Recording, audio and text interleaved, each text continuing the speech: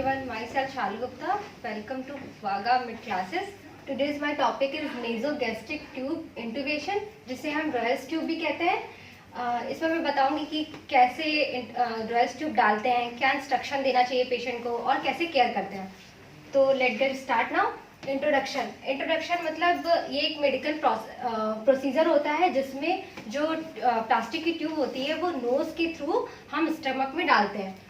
अच्छा, क्यों डालते हैं? पर्पस क्या होता है कि पर्पस ये होता है कि गैस्ट्रिक गैवास मतलब कि जो पेशेंट बहुत सिक होते हैं, ओरली नहीं ले पाते हैं कुछ, या ओरल उनकी कोई सर्जरी हुई हो, तो डॉक्टर कहता है कि रॉयल्स ट्यूब डाल दो ताकि उसको हम अच्छे से फीड दे सके। तो उसको बोलते हैं गैस्ट्रिक गैवास।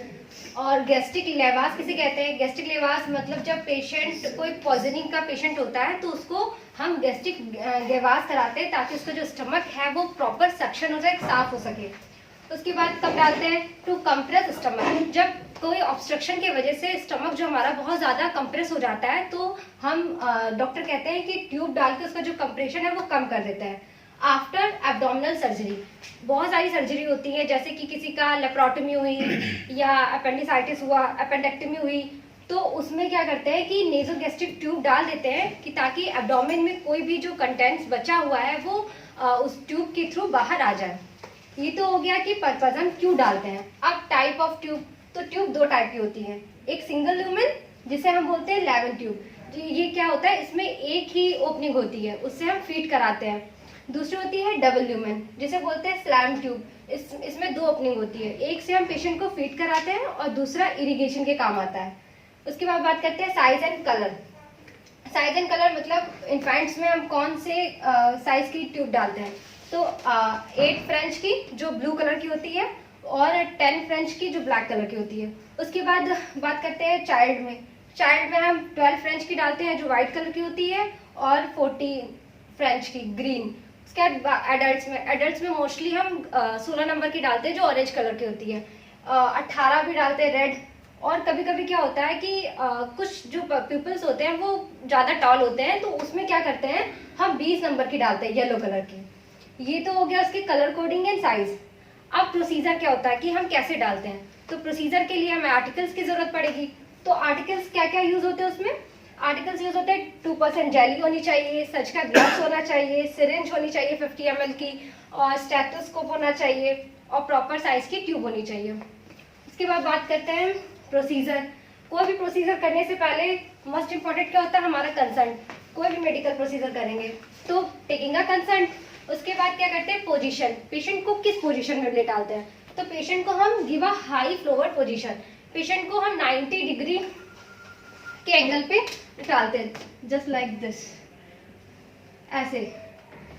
उसके बाद ट्यूब को हम मेजर कैसे करेंगे, मतलब क्या करते हैं कि जो ट्यूब की टिप होती है उसको हम अपने नोज से ईयर लोब और ईयर लोब से जिफॉइड प्रोसेस तक नापते हैं, फिर उस हिसाब से उसको फिक्स कर देते हैं।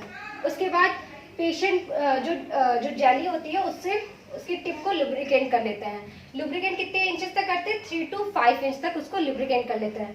उसके बाद बिफोर इंसर्टिंग इंस्ट्रक्शंस देते हैं पेशेंट को कि हम आप बताते हैं उनको कि हम आपको एक ट्यूब डाल रहे हैं, उस दौरान आपको जैसे पानी पीते हैं ना वैसे पीना है। और फिर उसके बाद हम लेफ्ट नॉस्ट्रिल से ट्यूब को इंसर्ट करते हैं। अगर बहुत से पेशेंट होते हैं वो मतलब कॉपरेट नहीं कर पाते या समझ नहीं पाते कि कैसे सॉलोइंग करना है, तो हम क्या करते हैं कि एक गिलास पानी ले लेते हैं, उसमें स्ट्रॉ डाल देते हैं और उनसे कहते हैं आप पानी आप पीजिए, तो इजीली ट्यूब पड़ जाती है। उसके बाद अगर ट्यूब डालते समय कोई रेस्पिरेटरी डिस्ट्रेस हो जाती है तब क्या करते हैं? कोई चोकिंग या कफिंग होने लगे तो उस दौरान थोड़ा सा जो आरटी हमने डाली है उसको थोड़ा सा पुल कर लेते हैं और होल्ड डाउन कर लेते हैं। जब कंडीशन जो होती है वो सबसाइड हो जाती है तब हम दोबारा से इंसर्ट करते हैं आर्टरी। ये तो हो गया हमारा प्रोसीजर कि हम कैसे आर्टरी डालते हैं, क्या इंस्ट्रक्शंस होते हैं। उसके बाद हम कैसे जानेंगे कि हमारी जो ट्यूब पड़ी है वो सही है या गलत। तो फर्स्ट जो होता है एक्सरे के थ्रू, और जो ट्यूब की टिप होती है उसको हम एक कटोरी में पानी ले लेंगे, उसमें डालेंगे। अगर बुलबुले बन रहे हैं तो मतलब हमारी जो आर्टरी पड़ी है, ट्यूब पड़ी है, वो गलत है। और दूसरा क्या है, 10 ml एयर ले लेंगे, उसको क्या करेंगे आर्टरी की जो ओपनिंग होती है मतलब कि दिस साइड से उसमें इंसर्ट करेंगे 50 ml की डिस्पोज से, उसमें 10 ml एयर पुश करेंगे। अगर उसमें फिर उसके बाद हम अपने स्टमक पे स्टैथो रखेंगे, उससे पता चलेगा अगर व्हीजिंग की साउंड आता है तो मतलब आरटी सही पड़ी हुई है।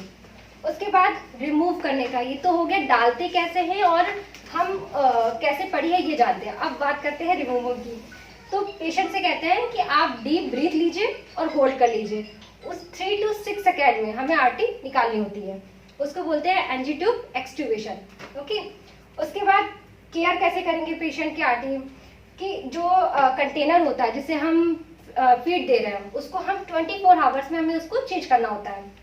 उसके बाद जो आरटी होती है वो हमें 7 दिन में चेंज करनी होती है। बिफोर एवरी फीड, कोई भी फीड देने से पहले हमें क्या करना होता है, एस्पिरेशन करके देखना होता है। अगर एस्पिरेट करके देखो, अगर उसमें 50 ml से अबव है तो हमें फीड नहीं देना होता है। उसके बाद जो हम जैसे कि आरटी फीड देते हैं, पेशेंट तो ओरली नहीं ले पा रहा तो मेडिसिन भी नहीं ले पाएगा, तो मेडिसिन देने के लिए क्या करते हैं, उसको 50 to 30 ml वाटर में डिजोल्व करेंगे और आरटी को 30 to 60 मिनट के लिए आरटी को क्लैम्प कर देंगे, तो ताकि वो जो मेडिसिन है वो प्रॉपर उसे पहुंच जाए। ये तो हो जाएगा उसका केयर। अब कॉम्प्लिकेशंस क्या रहते हैं, कोई भी प्रोसीजर है तो कॉम्प्लिकेशंस तो रहेगा ही। तो कॉम्प्लिकेशन रहेगा, पेशेंट को वोमिटिंग होगी, आरटी पड़ी है बाहर से पड़ी है अंदर की तरफ तो इन्फेक्शन का चांस रहेगा, डायरिया हो जाता है, और नाक में पड़ी है तो पेशेंट को इरिटेशन होती है। ये इसके कॉम्प्लिकेशंस हो गए। Thank you so much.